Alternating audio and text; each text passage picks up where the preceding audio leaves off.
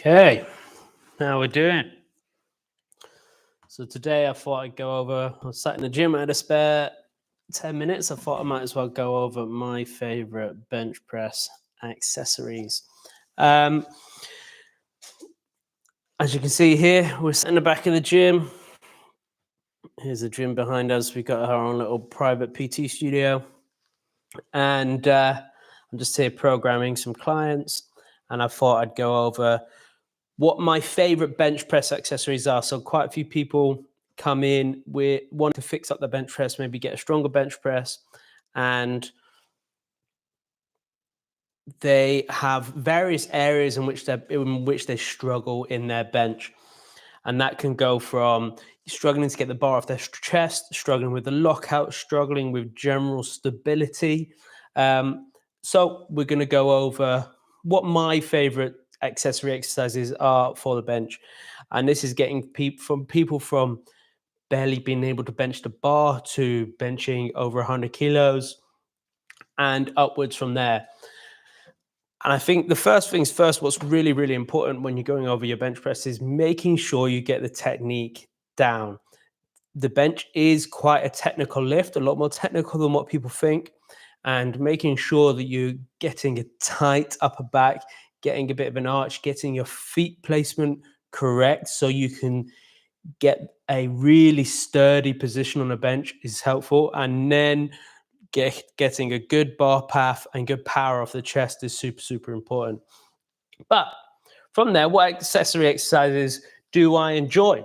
I think the best one to start with, my number one accessory exercise is the paused bench press.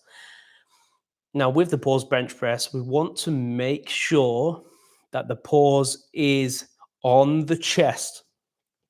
This is one of the problems that I see a lot with bench, and it's a lot of people don't do the full range of motion. They don't go all the way to the chest.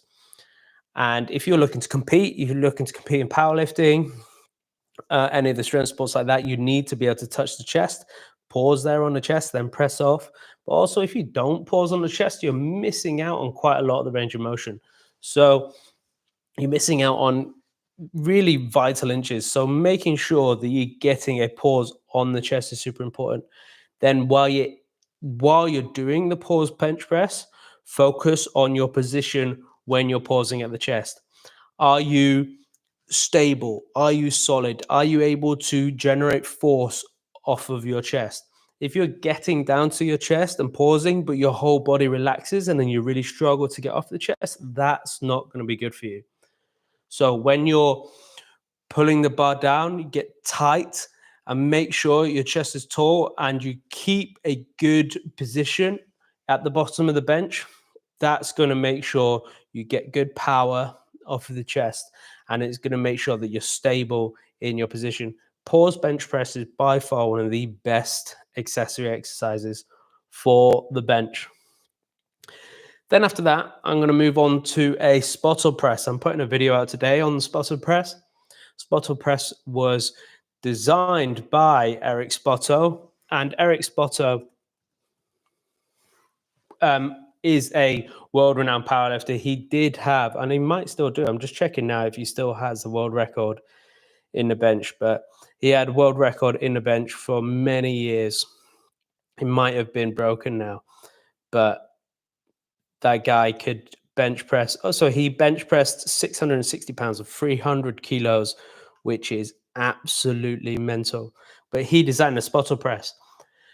And a spottle press is like a normal bench press, but you pause about an inch above the chest. Now, what this does is it helps create stability.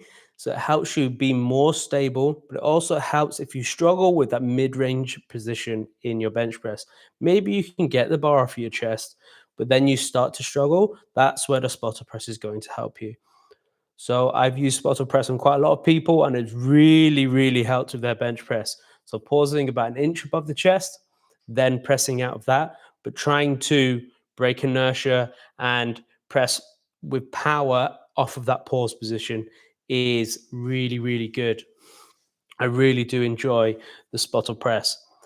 Next on the list is a classic that a lot of people use, not only in powerlifting and strength sports, but also in just bodybuilding and trying to build up some more muscle mass. And that is a close grip bench press.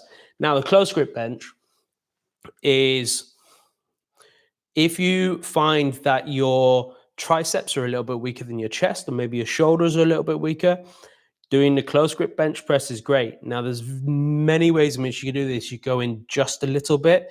Depends on what your hand position is on the bar. I find I tend to go little finger on the ring, or maybe a little bit wider. It depends on how long your arms are.